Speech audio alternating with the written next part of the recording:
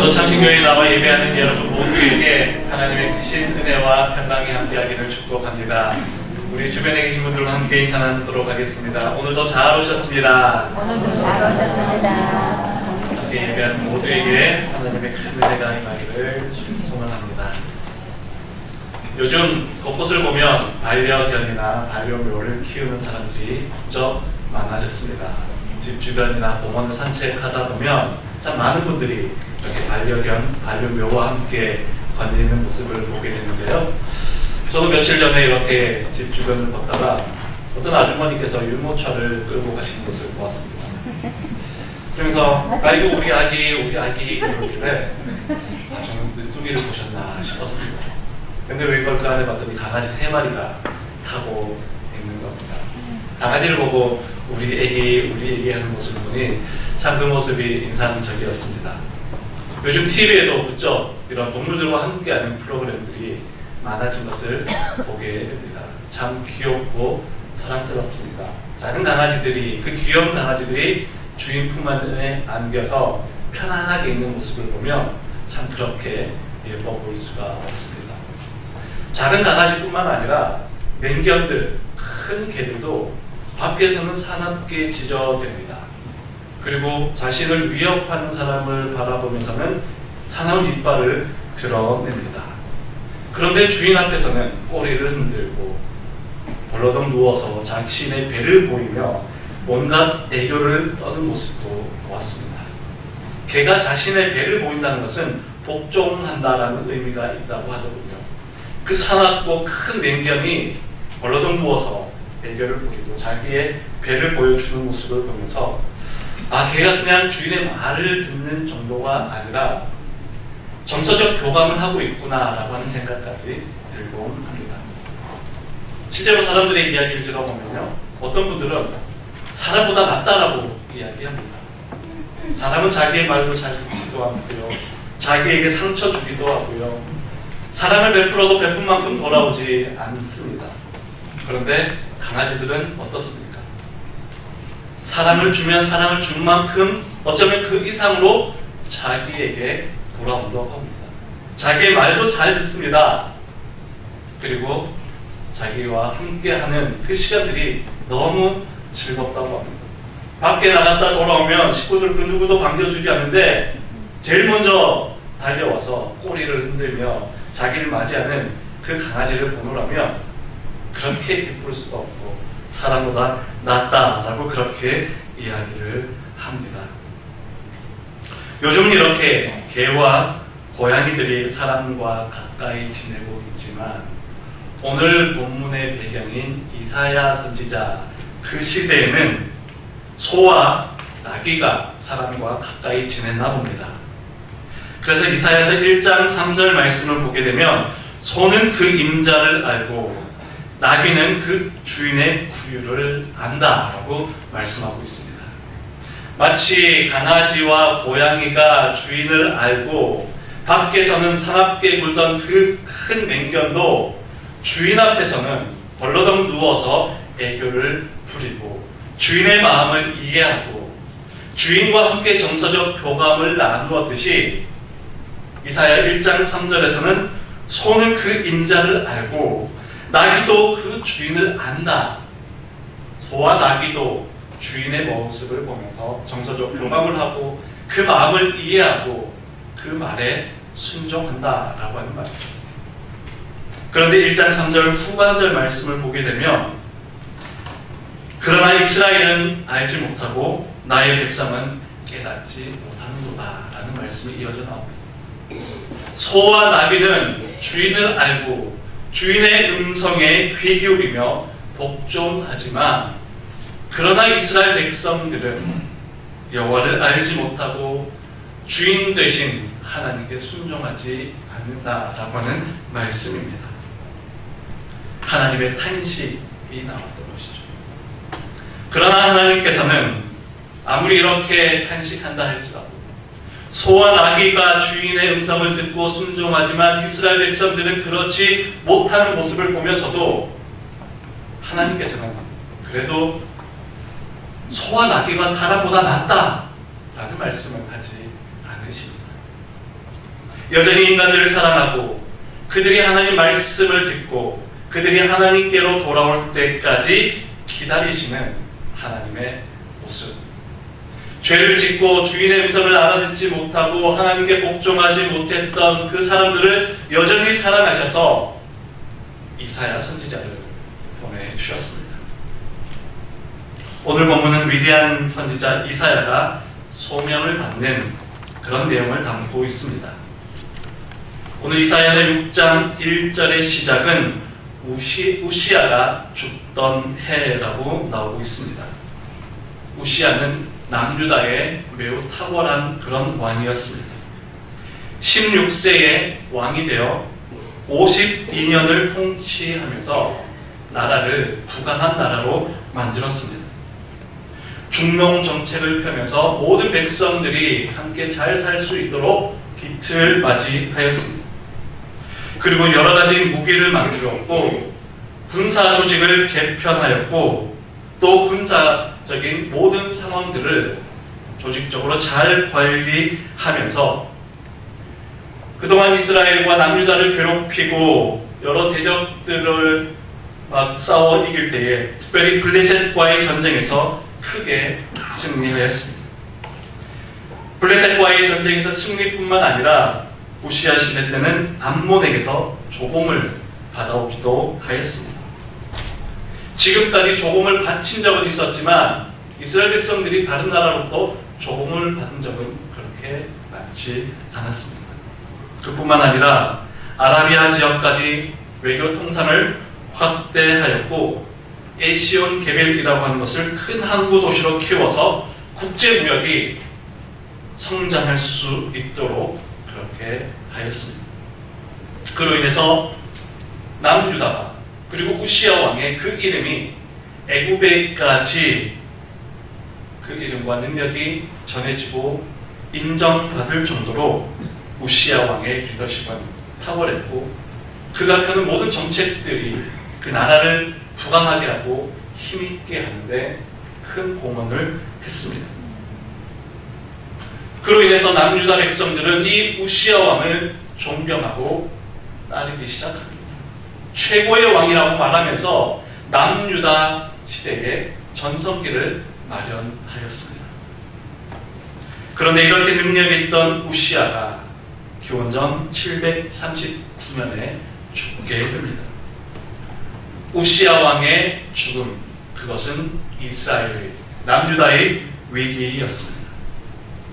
남유다를 전성기로 이끌었다라고 평가받는 우시야의 죽음, 그의 명성이 지역 여러 나라들에게 퍼져갔고 남유다가 그 어느 때보다도 정치적으로, 군사적으로, 경제적으로 탄탄한 나라로 세워져 갈 때에 우시야의 죽음은 남유다의 위기였던 것이죠.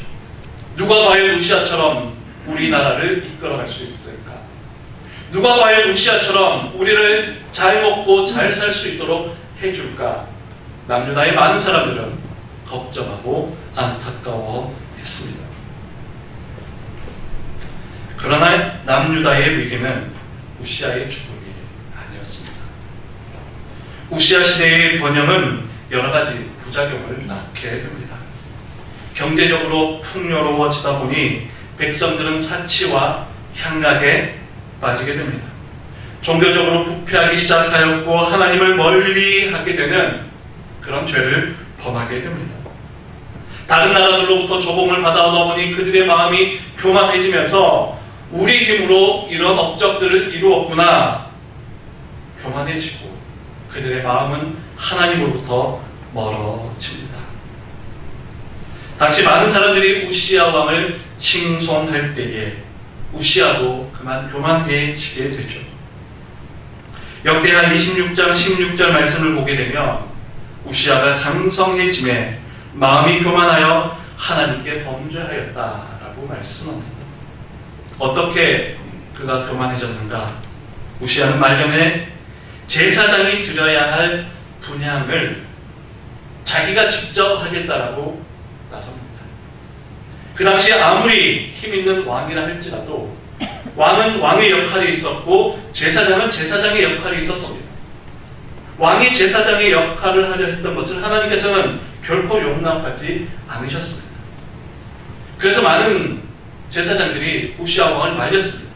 왕이시여, 다른 것들은 모르겠지만 제사장의 분향을 왕이 직접 해서는 결코 안 됩니다. 하나님이 그것을 허락지 않습니다. 그렇게 만류했음에도 불구하고 사람들이 나를 이렇게 존경하고 나를 따르는데, 내가 우리나라를 이렇게 힘있게 키웠는데 내가 그것 못한단 말이냐? 직접 분양을 하다가 그곳에서만 나병에 걸리게 됩니다. 그의 교만은 결국 하나님의 징벌, 나병으로 이어졌고 그는 결국 죽을 때까지 나병에 걸린 채로 살게 되었습니다. 그의 교만으로 말미암아 우시아가 넘어지게 된 것이죠. 오늘 우리는 우시아의 이런 모습을 보면서 이런 실수, 이런 오류를 우리가 범하지 않도록 늘 경계해야 합니다. 경제적 풍요로움, 사람들의 인정, 또 나의 삶이 남유다의 그 탄탄했던 시절처럼 내가 아무 걱정, 근심 없이 잘 되어지고 잘 살고 있을 것 같을 때에 그로 인해서 나의 마음이 하나님으로부터 멀어진다면 그것이 나에게 진정한 위기일 수 있다는 것이죠. 우시아의 죽음이 위기가 아니라 남유다 백성들이 하나님을 멀리하고 하나님을 알지 못한 채 마음이 교만해진 것, 그로 인해서 죄를 짓고 세상의 향락과 사치에 빠져 있었던 그것이 진정한 위기였습니다. 오늘 우리는 결코 이런 삶을 살지 않도록 내 자신을 늘 돌아보고 점검하며 내 마음이 교만해지지 않도록 늘 하나님 앞에 겸손한 모습으로 살아가야 합니다. 이러한 위기 상황 속에서 이사야는 이제 성전으로 올라갑니다. 성전에서 이사야는 환상을 보게 되는데 성전 가득 하나님의 천사들이 내려와서 하나님의 그 영광스러운 이름을 찬양하는 것을 보게 됩니다. 거룩하다, 거룩하다, 거룩하도다. 하나님을 향한 찬송 소리가 성전에 가득한 모습을 보고 또 그 찬송 소리가 성전을 넘어서서 온 땅에 충만한 그 환상을 보게 됩니다. 이렇게 하나님의 영광이 가득한 환상을 보면서 이사야가 두 가지를 깨닫게 되는데, 첫 번째는 사람을 의지하지 말라는 것이었습니다. 우시아가 죽은 것이 결코 위기가 아니다. 우시아의 부재가 너희의 위기가 아니고 너의 문제가 아니다. 사람을 의지하지 말라. 우시아가 죽음으로 인해서 많은 사람들을 걱정하고 염려하고 있었지만 하나님의 영광은 여전히 성전에 가득하였고 하나님의 영광은 여전히 온 땅에 충만한 모습을 이사야에게 보여주면서 우시아의 부재가 결코 남유다의 위기가 될 수 없음을 보여줍니다. 그것은 무엇을 말하는 것입니까? 사람을 의지하지 말고 너희가 생각할 때 위기요 어려움이라고 생각하는 이때에 하나님을 의지한다면 그 하나님의 은혜와 영광은 여전히 너희 삶 가운데 가득할 것이다 라고 하는 하나님의 뜻을 보여준 것입니다. 오늘 우리도 살아가면서 여러 가지 위기와 어려움에 직면할 수 있습니다. 위기와 어려움, 그것은 내가 생각하는 그런 어려움이 될 수 있는 것이죠. 내가 생각할 때에 이것이 나의 큰 문제이고 내가 생각할 때에 이것이 내 인생의 큰 위기다 생각되어질지라도 그러나 하나님께서는 그것을 나의 문제로, 나의 위기로 삼지 않을 수 있다는 것이죠. 나는 문제고 나는 어려움이 있고 나는 고민에 빠져 있지만 하나님은 나에게 영광스러운 하나님의 거룩함을 보여주십니다. 여전히 성전 가득하고 온 땅에 충만한 하나님의 그 영광을 보여주면서 결코 지금 너의 삶이 위기가 아니다, 문제가 아니다 라고 하는 것을 보여주십니다. 우리는 사람을 의지하기보다, 사람을 바라보기보다 내가 우시아와 같은 그런 모습이 되어야 되겠다, 혹은 내가 우시아와 같은 그런 사람을 찾고 나를 도와줄, 내가 의지할 우시아와 같은 그런 사람이 있으면 좋겠다 라고 하는 마음이 있을 때에 하나님은 우리에게 그것이 아니다, 너에게 진정 필요한 것은 성전 가득한, 온 땅 가득한 하나님의 영광임을 우리에게 깨닫게 해주십니다. 여러분도 혹 인생살이 가운데 여러 가지 문제와 어려움을 겪고 계시다면 하나님께서 보여주시는 충만한 영광, 내 삶 가운데 가득한, 오늘 우리의 삶의 자리에 가득한 하나님의 그 영광을 바라보시면서 이것이 나의 위기가 아니고 이것이 나의 문제가 아니라 다시금 하나님의 은혜로, 다시금 하나님의 그 영광으로 회복될 것을 깨닫기를 간절히 소원합니다. 그리고 이사야가 깨달았던 두 번째, 그것은 하나님의 영광을 통해 스스로 죄인됨을 깨닫게 됩니다. 이사야가 성전의 충만한 하나님의 영광을 바라보면서 그가 첫 번째 고백한 것이 바로 화로다, 나는 망하게 되었도다 라고 하는 고백입니다. 여기서 내가 라고 하는 표현은 철저히 자신을 낮춘다라고 하는 의미입니다. 하나님의 영광이 가득한 그 모습을 보면서 자신의 모습은 한없이 낮아지고 낮아져서 망하기 직전의 모습과도 같다라고 하는 의미이죠. 하나님의 영광 앞에 낮아진, 겸손해진 이사야의 모습입니다.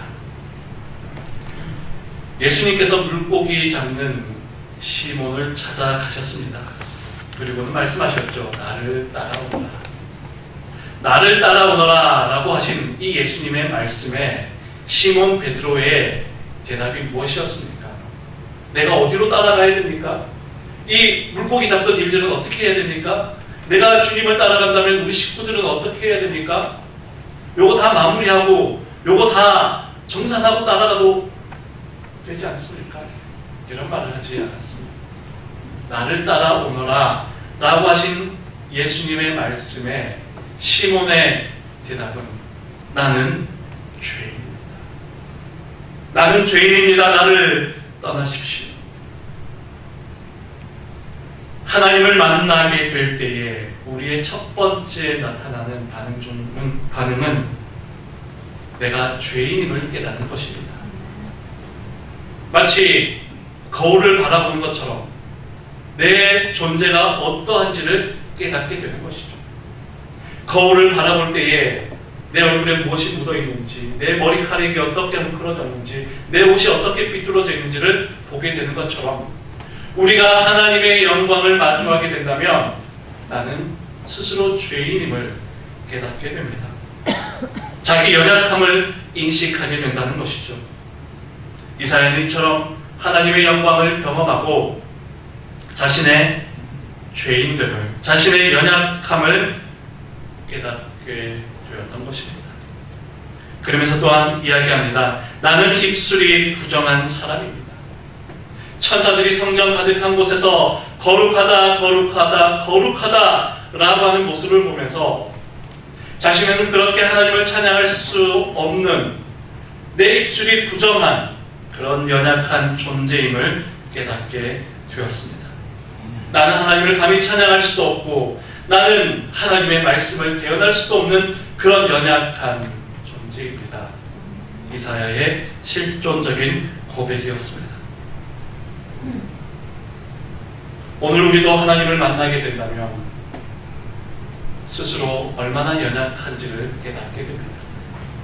오늘 내가 하나님의 임재를 경험하게 된다면 나의 연약함과 나의 죄성을 발견하게 됩니다. 마치 거울을 맞이하듯 나의 모습이 어떠한가, 내가 누구인가, 하나님을 만남으로 나를 깨닫게 된다는 것이죠. 많은 경우 스스로 어떠한 사람인지를 알기 위해서 애를 쓰고 노력합니다. 나는 과연 어떤 사람인가? 자신의 존재를 알기 위해 노력하죠. 그러나 시간이 많이 지나도 아무리 노력해도 내가 어떤 존재인지를 깨닫는 것은 쉽지 않습니다. 나를 알기 위해서는 어떻게 해야 되겠습니까? 바로 하나님을 만나는 것입니다. 하나님의 영광을 경험할 때에 내가 누구인지, 내가 어떤 존재인지 우리는 비로소 깨닫게 됩니다. 이렇게 스스로의 연약함과 죄성을 고백한 이사야. 그런데 하나님께서는 그렇게 연약함과 죄를 고백한 이사야를 바라보면서 그를 비난하지 않습니다. 그를 질책하지도 않습니다. 하나님의 임재를 경험한 이사야에게 하나님께서는 다가가셔서 그의 입술 가운데 거룩함을 회복해 주십니다. 오늘 본문 말씀을 보게 되면 제단에 핀 숯을 가지고 그의 입술에 대었도다라고 말씀하고 있죠. 숯은 정화의 기능이 있습니다. 물을 맑게 하고요, 공기도 깨끗하게 해줍니다. 그래서 공기청정기라든지 정수기에 이 숯이 사용되고 있지 않습니까? 숯은 이처럼 부정한 것을 깨끗하게 해주는 그런 기능이 있는데 하나님께서는 제단에 핀 그 숯을 이사야의 입에 대어 주십니다. 얼마나 뜨거웠을까요? 네, 하나님께서는 그것을 통해서 너 스스로가 부정하다고 하는 그 입술을 내가 깨끗하게 해주어라. 너 스스로 죄인됨을 고백한 너의 입술 가운데 이 숯을 대어줌으로 내가 너를 다시금 거룩하고도 깨끗한 존재로 바꾸어 주노라. 우리 주님께서는 그렇게 말씀하신 것입니다. 스스로 죄인임을, 스스로 연약한 자임을 고백했던 이사야에게 하나님께서는 숯을 가져다가 그 연약함 가운데 거룩함을 회복해 주십니다. 망했다라고 하는 이사야의 삶 가운데 하나님의 능력으로 그를 다시금 일으켜 세워주십니다. 부정하다고 하는 그의 입술에 하나님께서는 다시금 거룩함을 회복해 주셨습니다. 여러분, 오늘 여러분 인생 가운데 이런 하나님의 능력과 은혜와 회복이 함께하기를 간절히 소원합니다. 아멘. 망한 것 같은 내 삶 가운데 하나님께서 다가오셔서 나에게 손을 내밀어 주십니다. 여러 가지 연약함과 죄가 가득한 나의 삶 가운데, 나의 입술 가운데, 나의 존재 가운데 하나님의 거룩한 숯을 되셔서 연약한 내 입술을, 연약한 내 손과 발을, 연약한 나의 삶, 이 존재를 하나님께서 다시금 거룩하게 씻어 주십니다. 오늘 이 예배를 통해서 여러분 삶 가운데 그 하나님의 숯으로 말미암아 거룩함이 회복되어지는 복된 은혜가 임하기를 간절히 소원합니다. 아멘. 하나님께서는 이렇게 이사야를 찾아오시고 이사야에게 거룩한 환상을 보여주시고 나는 망했습니다, 나는 부정합니다 라고 했던 그를 다시금 회복시켜 주셨습니다. 그리고는 하나님께서 이사야 앞에서 말씀하십니다. 내가 누구를 보내며 누가 우리를 위하여 갈고, 내가 누구를 보내며 누가 우리를 위하여 갈고. 여러분, 이것이 하나님의 혼잣말인 것 같지만 혼잣말이 아니에요. 하나님이 이사야 앞에서 내가 누구를 보내며 누가 우리를 위하여 갈고, 이 말은 어쩌면 하나님이 이사야한테 야 이사야야 너 네가 좀 가야 되겠다, 이 말씀보다 더 무서운 말씀인지도 모르겠습니다. 이사야한테 직접 네가 가라 라고 한 말씀보다 더 강력한 메시지인지 모르겠습니다. 이사야 앞에서 내가 누구를 보내지? 이 말씀은 어떤 의미입니까? 어머니가 이렇게 주방에서 하다가 야 누가 저기 가서 뭐 좀 사가지고 올래? 이 말은 질문하는 겁니까? 누구든 빨리 가라는 말입니까? 저 앞에 가서 빨리 콩나물 좀 사올서 찾는다면 질문하는 것입니까? 빨리 가라는 말입니까? 하나님이 혼잣말로 아무도 없는 곳에서 내가 누구를 보낼까? 이렇게 말씀하셨다면 하나님의 고민일 수 있겠지만 하나님은 지금 이사야 앞에서 내가 누구를 보낼까? 누가 우리를 위하여 갈고 이렇게 탄식하신 것은 이제 이사야를 향해서 내가 너를 부르고 내가 너를 성전에 가득한 이 하나님의 찬송 소리를 듣게 하고 망했다 부정하다 한 너의 삶을 다시 거룩하게 한 것은 너를 다시금 보내기 위해서였다. 소도 그 임자를 알고 나귀도 그 주인을 알지만 나의 백성은 주인이 누구인지도 모르고 그 음성도 모르고 있는 저 남유다 북이스라엘 백성들을 향해 네가 좀 가야 되겠다. 하나님의 말씀이었어요. 내가 누구를 보내면 누가 우리를 위해 갈고 라고 하나님이 탄식할 때 이사야는 하나님 제가 저기 있습니다. 쟤를 보내시면 됩니다. 하나님 저기 저 사람 있네요. 저 사람 보내면 되겠습니다. 주님 제가 저기 있사오니 쟤를 보내소서. 그러지 않습니다. 하나님 내가 여기 있습니다. 하나님 내가 여기 있습니다. 나를 보내소서. 하나님의 부르심에 응답합니다.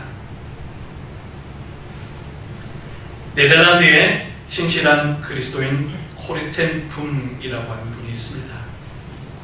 천사들의 밀실을 지키는 수호자라고 불리기도 했습니다.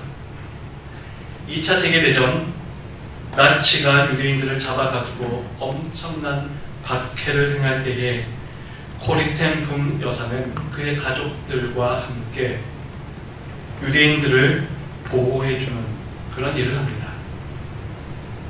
숨겨주기도 하고 먹을 것을 주기도 합니다.